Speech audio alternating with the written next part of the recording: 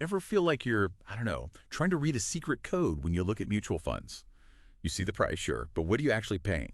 Today, we're doing more than just scratching the surface. We're going deep.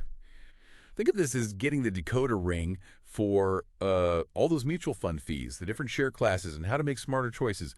Our goal here, to untangle all that fine print, make you a more informed, more confident investor.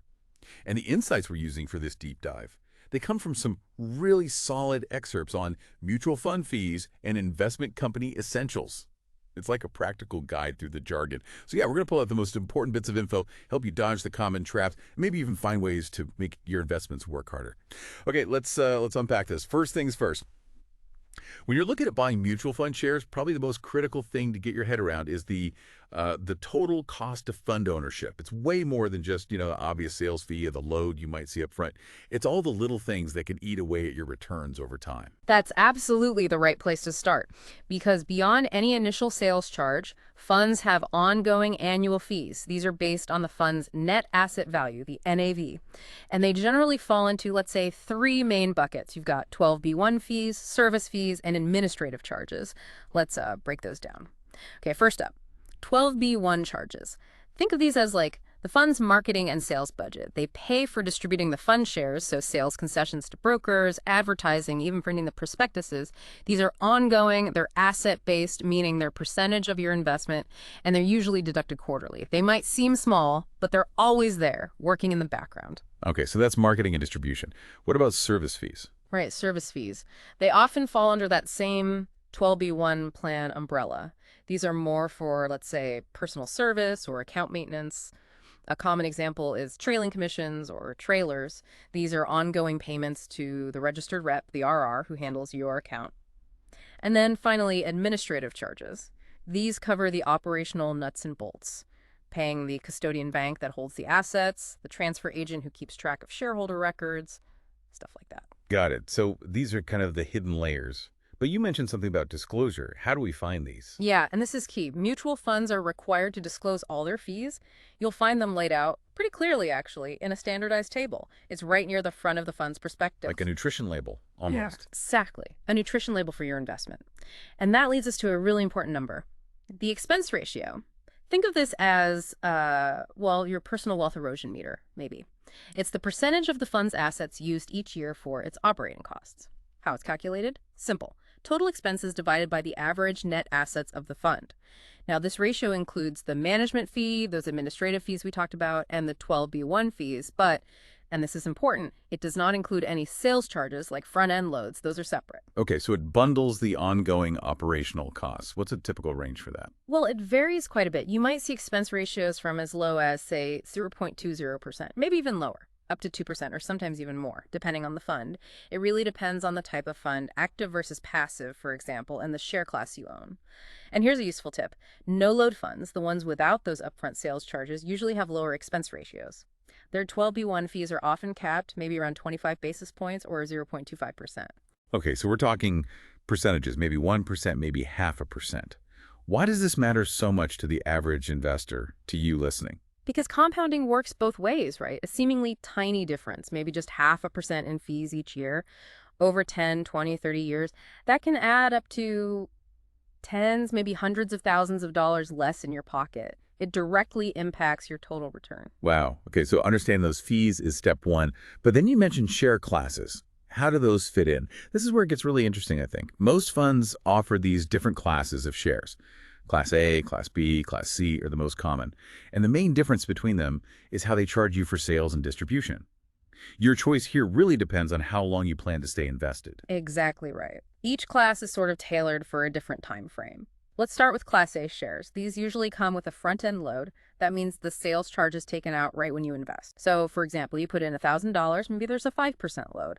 Only $950 actually goes into the fund to buy shares. Okay, so less money working for you from day one. What's the upside?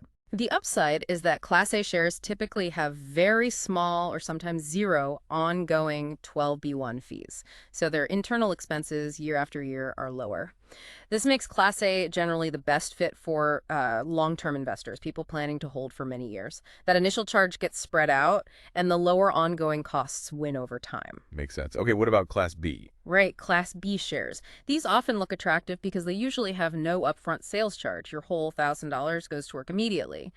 But there's always a but, isn't there? Class B shares tend to have higher ongoing 12b-1 fees compared to Class A, and here's the main feature. They usually have a contingent deferred sales charge, or CDSC, sometimes called a back-end load. Contingent deferred. Okay, what does that mean in plain English? It means if you sell your shares before a certain period is up, often something like 5 to 7 years, you get hit with a sales charge on the way out. Think of it as a penalty for leaving early. The charge usually decreases each year you hold the shares, eventually disappearing altogether. So who are Class B shares good for then? Generally, investors who plan to redeem maybe within that 5 to 7 year time frame, but not super short term, especially since that back-end load shrinks over time. And an important detail, most Class B shares automatically convert into Class A shares after that CDSC period ends, meaning your ongoing fees would then drop. An interesting conversion. Yes. But one really crucial note about Class B, they do not qualify for breakpoint discounts on the sales charge, which we'll get to in a moment. That's a big disadvantage for larger investments. Okay, Class A for long-term, Class B for mid-term with a potential exit fee. What's Class C? Class C shares. These are sometimes called level load shares. They typically have no front-end load, maybe a small back-end load if you sell within the first year, say 1%. But the defining feature is an ongoing level fee, often around 1.0% per year, that you pay for as long as you hold the shares. This comes out of the 12b-1 charge. So a constant drag on returns. A constant drag, exactly. That 1% year after year really adds up and eats into your performance, especially over the long haul. Because of that high ongoing fee, Class C is generally only suitable for shorter-term investors, people who expect to hold for, say, more than a year, but probably less than 3 years, any longer, and the other classes usually become more cost-effective. Right, and I think you mentioned there might be other classes too, like less common ones. Yeah, briefly, sometimes you'll see other share classes, maybe Class I for institutional investors with very large sums, or Class R for retirement plans, or special classes for employees. The key takeaway, again, is the prospectus. It must disclose all the available share classes, their fees, who they're intended for. So the bottom line here seems to be, don't just pick a share class randomly. Your investment timeline is absolutely critical in figuring out which one A, B, or C is the right fit and most cost-effective choice for you. Precisely. It's about matching the fee structure to your own investment plan. Okay, so we've got a handle on the types of fees and how share classes work. Now let's talk strategy. How can investors actually reduce some of these costs, especially those sales charges on Class A shares? This is where we can be proactive, right? Absolutely. And one key concept here is the idea of fund families or fund complexes. This just means a single investment management company that offers a whole range of different mutual funds all under one brand name. Think Vanguard, Fidelity, T. Rowe Price, etc. They're fund families. And why does that matter for saving money? Because investing within the same fund family is often the key to unlocking breakpoints. Breakpoints are simply dollar thresholds for Class A shares where the front-end sales charge percentage goes down. Like a volume discount. Exactly like a volume discount. The more you invest within that fund family, the lower the sales charge percentage you pay. These breakpoint levels must be detailed clearly in the prospectus. So, for example, maybe the standard load is 5%, but if you invest $50,000, it drops to 4.25%. Invest $100,000, maybe it drops to 3.5%, and so on. It's a direct saving. That's significant. Yeah. But what if you don't have, say, $50,000 all at once, but you plan to invest that much over the next year or so? Good question. That's where the letter of intent, LOI, comes in. An LOI lets you state your intention to invest enough money to reach a specific breakpoint within the next 13 months. If you sign an LOI, you get the lower sales charge on your current purchase right away, as if you'd already invested the full amount. That sounds pretty good. Can you backdate it, like if I bought some last month? Yes, you can. An LOI can usually be backdated up to 90 days to include recent purchases you already made within that same fund family. Helps you reach the breakpoint faster. Okay, but what if you sign the LOI, get the discount, and then life happens, and you don't end up investing the full amount within 13 months? Is there a penalty? It's not technically a penalty, but the LOI is non-binding on you. However, if you fail to meet the intended amount, the fund company will retroactively adjust the sales charge on your initial purchase. They'll usually hold some shares in escrow, and if you don't fulfill the LOI, they'll liquidate just enough of those escrowed shares to make up the difference between the discounted load you got and the higher load you should have paid based on your actual investment. Okay, so you end up paying the correct higher charge if you don't follow through. Makes sense. Are there other ways to get discounts? Yes, there are rights of accumulation, ROAs. These are also super important. ROAs let you combine the current market value of your existing shares in a fund family with any new investments you make to potentially qualify for a breakpoint discount on the new money. So it counts what you already have, even if it's grown. Exactly. It's based on the current value plus your new purchase. And once your total holdings, old plus new, reach a breakpoint level, all your future purchases within that same fund, family, and share class will automatically get that lower sales charge. So it rewards loyalty and continued investment within the family. Precisely. It's about leveraging your total relationship with that fund complex. Who qualifies for these things? Breakpoints, LOIs, ROAs. Is it just one person? No, it's broader than you might think. It usually applies to an individual, of course, but also often their immediate family, like a spouse and minor children. It can apply to a fiduciary buying for a single account, like a trustee for a trust. Also, qualified retirement plans like 401ks might aggregate assets. Even groups like investment clubs can sometimes qualify, although usually not if the club was formed just to get the discount. The prospectus spells out the specific rules. So a lot of people might be eligible without realizing it, especially if they have multiple accounts or family members invested in the same fund group. Absolutely. And that's why it's critical for a registered representative, an RR, to ask the right questions. Before you buy, they really should ask if you or your family already own shares in the same fund family, even if it's through a different broker. It's part of their duty to ensure you get the lowest possible sales charge you're entitled to. Right. It comes back to knowing what to ask for and making sure your advisor is looking out for these opportunities. Thinking in terms of fund families and combining investments seems key. It really is. It's one of the most straightforward ways to save significantly on Class A share purchases. Okay, let's shift gears slightly. Beyond buying and saving on fees, how do people typically manage their mutual fund investments day to day or year to year? Well, a few common things come to mind. One is dividend reinvestment. When a fund pays out dividends or capital gains, you usually have a choice. Take the cash or automatically reinvest it back into buying more shares of the fund. Most funds let you reinvest at the net asset value, NAV, meaning no additional sales charge. It's a really simple, powerful way to compound your growth over time. Yeah, set it and forget it almost. What else? Another popular strategy, especially for long-term investing, is dollar cost averaging, DCA. This means investing a fixed amount of money at regular intervals, say $100 every month, regardless of what the share price is doing. Like contributing to a 401k each paycheck. Yeah. Exactly like that. The benefit is when the price is low, your fixed amount buys more shares. When the price is high, it buys fewer shares.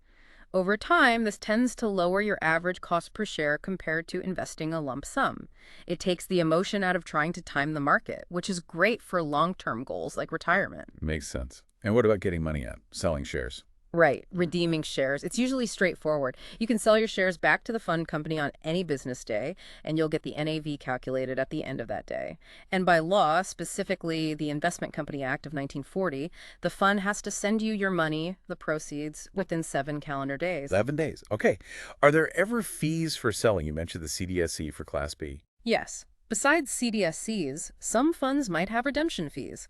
These are different. They're usually small percentages, maybe 0.5% to 2%, and they're charged on shares you sell quickly, maybe within 30, 60, or 90 days of buying them. Importantly, this fee typically goes back into the fund's portfolio, benefiting the remaining shareholders. It's meant to discourage rapid, short-term trading, which can increase costs for the fund.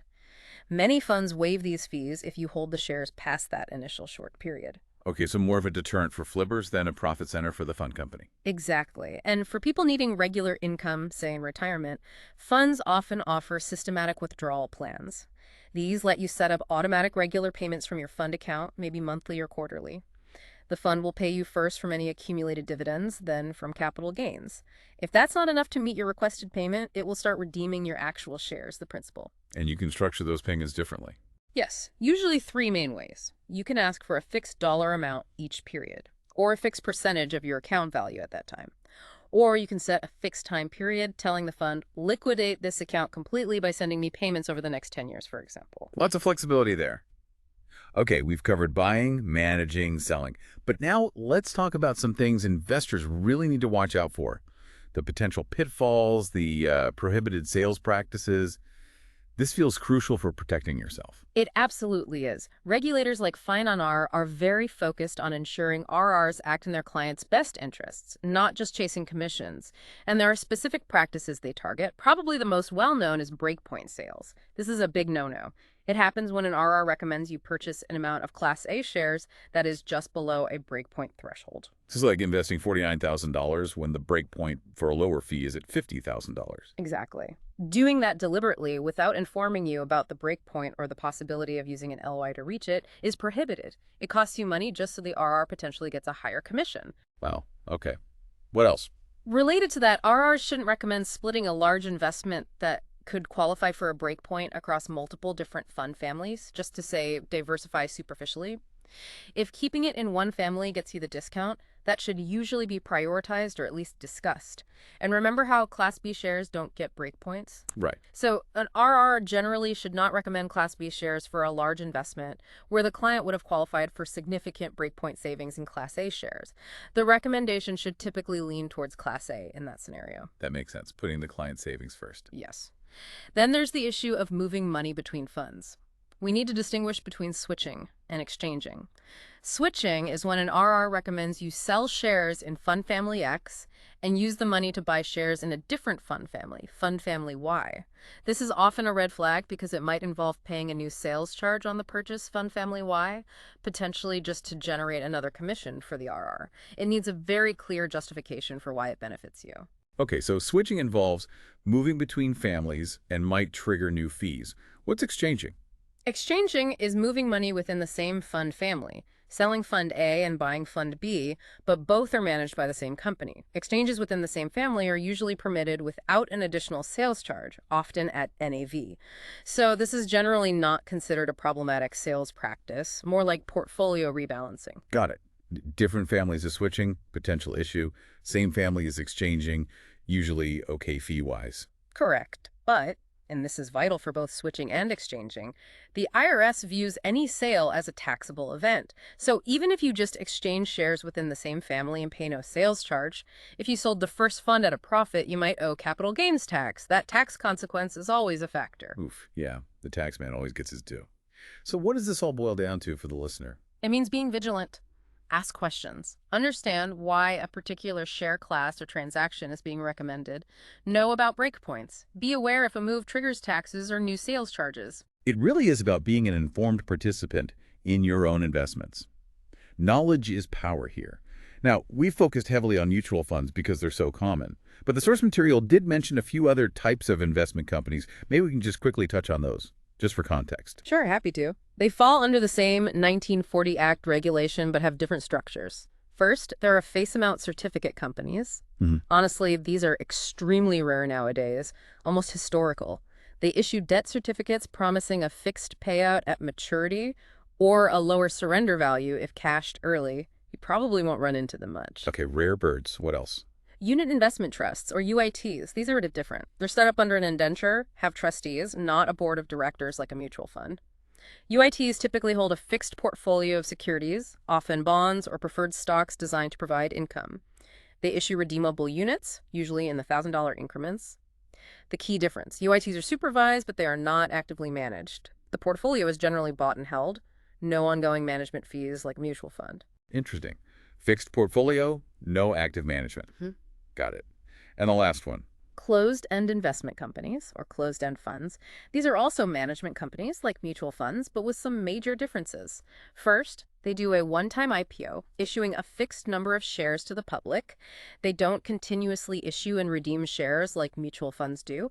After the IPO, those shares trade on stock exchanges, like the NYSE or NASDAQ, just like regular stocks. So you buy and sell them from other investors, not the fund company itself. Exactly, which leads to other differences. There's no prospectus required after the IPO. You can often buy closed-end shares on margin credit. And critically, their market price is set by supply and demand on the exchange. It can trade at a discount to the NAV, worth less than the underlying assets, or a premium, worth more. Unlike mutual funds, which always trade at NAV. And you pay brokerage commissions, not sales loads. Correct. You pay your broker a commission to buy or sell shares on the exchange, just like buying a stock. Okay, so while mutual funds are the main event for most investors, it's good to know these other structures exist under that same Investment Company Act umbrella. Definitely. They all serve different purposes and have different mechanics. Well, this has been incredibly illuminating. We've covered a lot of ground, from hidden fees and share classes to smart strategies and even potential pitfalls. Understanding these details really does seem crucial for anyone serious about their investment journey. It truly is. And maybe, if we connect this all back to the bigger picture, think about how those seemingly small fees, maybe 0.5%, 1%, how they compound over decades. It really can dramatically change where you end up financially. Which brings up a question, perhaps. Beyond just the returns you see on paper, what's the real cost of, say, convenience, or maybe not digging into the details? And how much more of your own money could you keep working for you just by taking that deeper dive into the prospectus and understanding these choices? Something to think about. A powerful thought to end on. Hopefully, armed with this knowledge, you feel better equipped to look at your own investments, ask those crucial questions, and really take control. Definitely explore your portfolio with this new lens.